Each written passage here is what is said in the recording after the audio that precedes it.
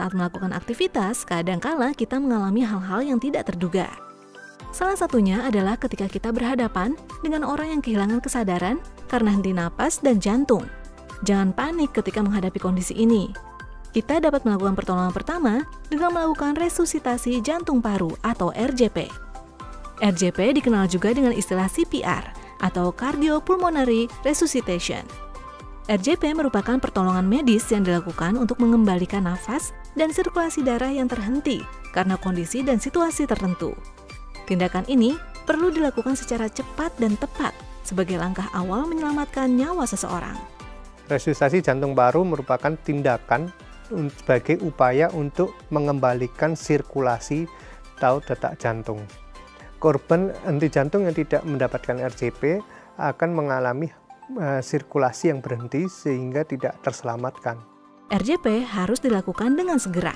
Sebisa mungkin, kita melakukan RJP kurang dari 2 menit setelah menemukan korban dengan tanda henti nafas dan henti jantung. Ada 3 komponen yang perlu diperhatikan dalam RJP, yaitu compression atau kompresi dada, airways atau jalan napas, dan breathing atau pernapasan. Ketiga komponen ini disingkat CAB. Pada saat kita melihat korban tidak sadar, yang pertama kita lakukan adalah pastikan aman dulu. Aman diri kita, aman korbannya, dan aman lingkungannya. Jadi tidak ada bahaya yang mengancam. Yang kedua, kita lakukan cek respon terhadap korban tersebut. Kita cek kesadarannya. Apabila tidak ada respon, kita harus meminta bantuan teman kita atau orang sekitar untuk memanggil bantuan tim medis atau fasilitas kesehatan yang terdekat. Nah, kemudian kita lanjutkan dengan memeriksa nadi apabila kita mampu melakukan pemeriksaan nadi. Kalau tidak mampu melakukan pemeriksaan nadi atau tidak menemukan, kita langsung lakukan pijat jantung luar. Berikut langkah yang harus dilakukan saat akan memberikan RJP pada korban. Pertama, pastikan korban memang dalam kondisi tidak sadar. Kita dapat memeriksa responnya dengan memanggil menggunakan suara keras atau menepuk bahunya. Kedua, mintalah bantuan. Sambil tetap bersama korban, penolong dapat berteriak meminta bantuan sebelum memulai RJP. Penolong juga dapat langsung menghubungi pusat kesehatan untuk meminta bantuan dari tenaga medis.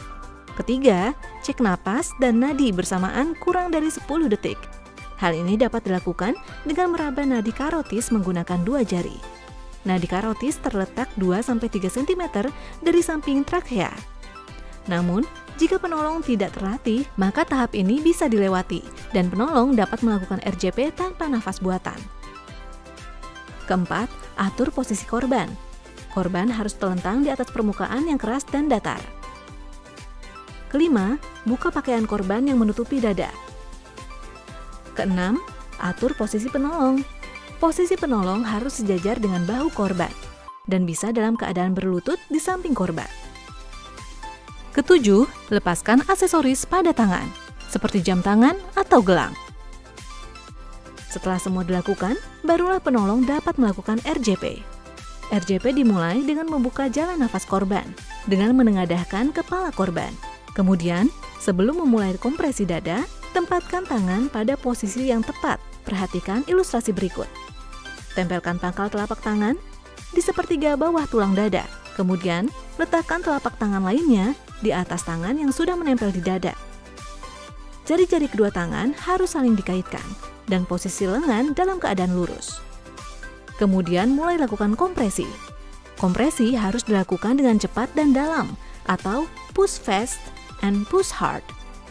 Kecepatan kompresi harus 100-120 kali per menit dan kedalamannya harus mencapai 5-6 cm. Berikan waktu untuk recoil dada yang cukup, di mana dinding dada kembali ke posisi normal sepenuhnya. Lakukan interupsi minimal untuk memeriksa hasil kompresi dengan meraba nadi. Penolong dapat menghentikan bantuan RJP jika tenaga medis sudah datang untuk membantu dan membawa korban ke pusat kesehatan terdekat. Jangan sampai lupa tahapannya ya. Dengan mempelajari RJP, kita memiliki bekal untuk memberikan pertolongan pertama pada korban henti napas dan jantung. Sebarkan informasi ini pada teman dan keluarga kamu.